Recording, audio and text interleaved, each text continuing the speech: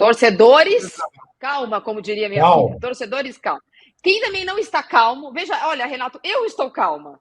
Se eu estou calma, qualquer pessoa nesse país deveria estar calmo também. É Se eu porque estou você me já passou do aguentando, estágio. Você já passou do estágio da irritação. Aí bate aquela calma. é uma resignação total. Esse finalzinho de programa, eu queria falar sobre o novo esporte lá no Corinthians, que é o MMA. E sabe um meme, tem vários, não sei se é sei lá, Carreta Furacão, que tem um apontando para o outro, assim, uns super-heróis, assim, que tem essa culpa daquele. É o que o Corinthians está vivendo Homem-Aranha. agora, né? Depois de 31 dias da gestão Augusto Melo, ela já já com várias confusões, idas e vindas, histórias contadas e não confirmadas. O fato é que o primeiro mês acaba e não por coincidência, hoje a gente já vê claramente nas nossas manchetes aqui no UOL, em outros portais também, outros colegas colocando as versões do Ílio Monteiro Alves, último presidente, versus Augusto Melo, novo presidente do Corinthians. Eu tenho dito há bastante tempo que o Augusto Melo tinha que ter, que essa disputa eleitoral, para o bem do Corinthians, ela deveria ter terminado, mas ainda há uma postura oposição na situação e agora a situação na oposição. Eu estou colocando isso porque vivo muito os bastidores do Corinthians há muito tempo, e o que acontece? Amanhã tem eleição no Parque São Jorge. Tem eleição do Conselho Deliberativo. Quando o Augusto Melo foi eleito no dia 25 de novembro, foram eleitos também os novos conselheiros do Corinthians. No Corinthians tem eleição direta para presidente, ao mesmo tempo que você elege a nova gestão dos conselheiros, a nova administração dos conselheiros. E se o Augusto Melo teve mesmo muita vantagem na eleição, inclusive por conta das gestões horrorosas do Corinthians nos últimos anos, isso não se refletiu na eleição das cadeiras do Conselho. Na eleição das cadeiras do Conselho, as 200 vagas foram exatamente preenchidas assim, sempre a situação, sempre a oposição. É claro que esse é um movimento muito fluido, ninguém ali é muito arraigado às suas próprias ideias, que não vai mudar de lado, sabe? A gente conhece como é bastidor de clube, mas amanhã esses 200 conselheiros vão tomar posse e eleger o presidente do conselho, o conselho de orientação fiscal e os cargos importantes na administração do Corinthians. E é por isso que não é à toa que nesta semana a gente está vendo, com a derrota no Clássico, aumentar o som da e-situação e agora oposição, e também as respostas de que todo o caos do Corinthians tem um culpado e esse culpado esteve no Corinthians na última gestão. Isso posto, apareceu uma coisa que a gente já sabia, que é uma dívida com empresários, apareceu o Duílio falando que tudo que foi recomendado para ser feito nesse primeiro mês não foi, e por causa disso agora tudo a culpa é dele. O fato é que o cenário do Corinthians é muito parecido com o cenário da eleição. Quando o Corinthians tinha sido goleado pelo Bahia e corria risco de rebaixamento, o Augusto Melo se fortaleceu naquilo. E agora a situação se vê muito enfraquecida, porque amanhã tem essa eleição. Arnaldo, você que gosta um pouco de bastidor de clube como eu, quem que está melhor nesse bang-bang? Pois é, na verdade, Marília, eu acho que agora quem assumiu a presidência, a responsabilidade, a batata quente está com quem assumiu. E talvez não fossem tantas atrapalhadas públicas, essa situação tivesse menos tensa, né? E acho que aí fica mais favorável você atingir, machucar o seu adversário, com tanta coisa que vai para o... Mais até do que a quebra do tabu, as histórias das não inscrições dos jogadores, as histórias do time, o insucesso do time no momento, já comandado pelo Augusto Melo, depõe contra a atual gestão, mesmo que ela tenha 30 dias. Se assumiu, é porque quis assumir. E eu acho que o discurso meio fantasioso, você falou, né, o discurso mágico, da varinha mágica, quando a gente assumir, vai mudar tudo, e acabou a brincadeira e tal, as bravatas. A gente é de um tempo em que, no campo, a gente fala que o técnico, e muitas vezes o jogador, mas o técnico morre pela boca. Quando ele fala besteira, quando ele ofende um jogador, quando ele... O dirigente também morre pela boca.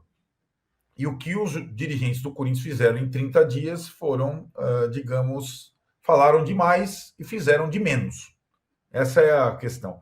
Que pode ter uma influência amanhã na eleição do Conselho, sem dúvida alguma.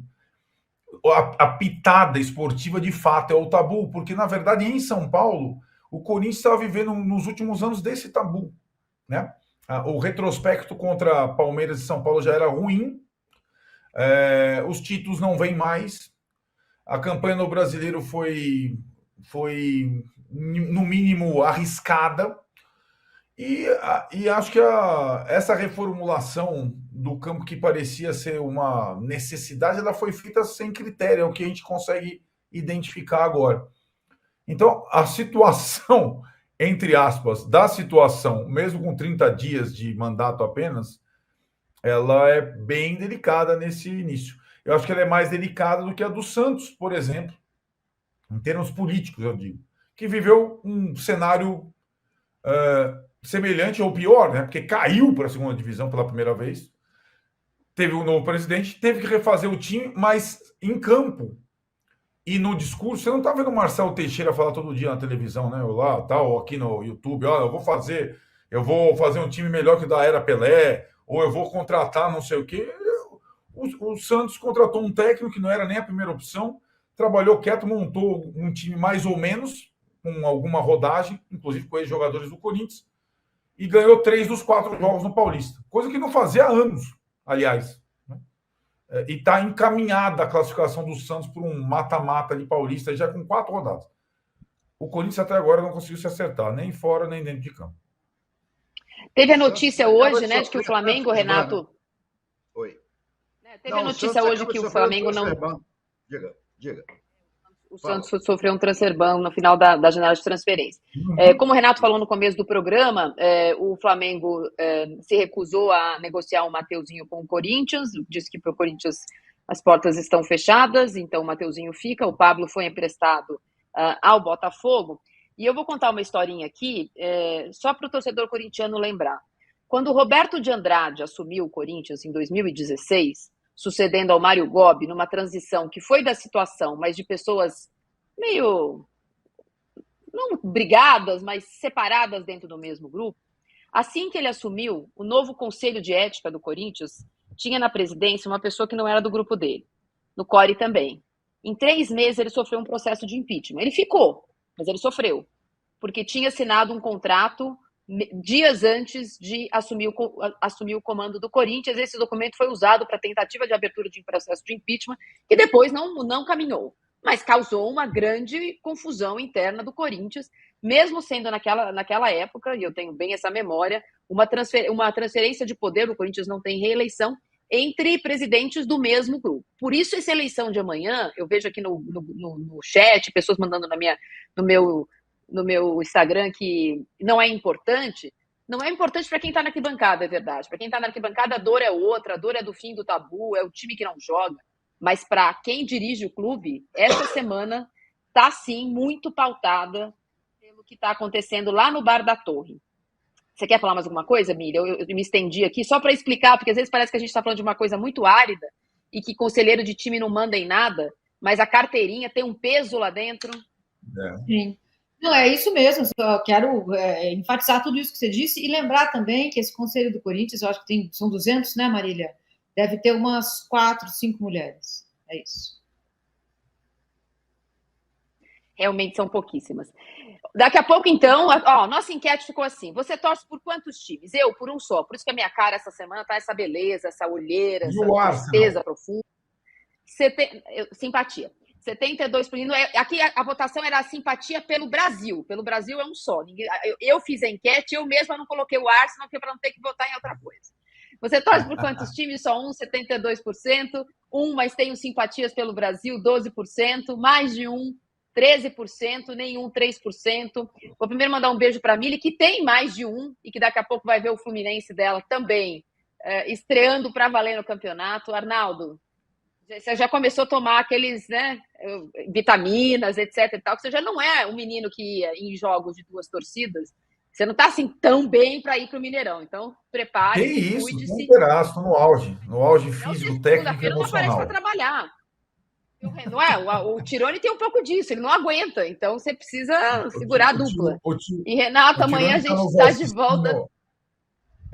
O Tirone que está nos assistindo é frágil fisicamente, mas a gente respeita. Olha aqui,